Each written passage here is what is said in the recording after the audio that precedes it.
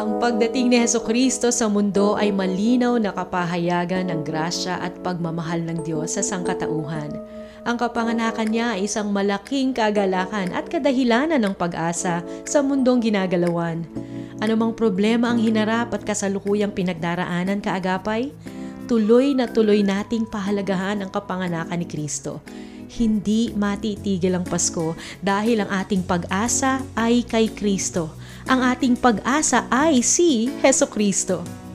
Patuloy tayong maging matatag sa pananalangin, matatag sa pasasalamat at matatag sa pananalig. Maingat naming ibinabalik ang papuri at pasasalamat sa Diyos na buhay.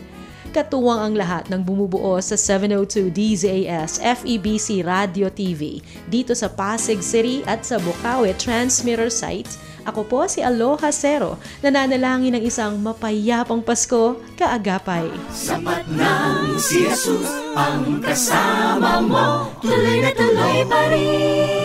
Tuloy na tuloy pa rin ang Pasko. Tuloy na tuloy na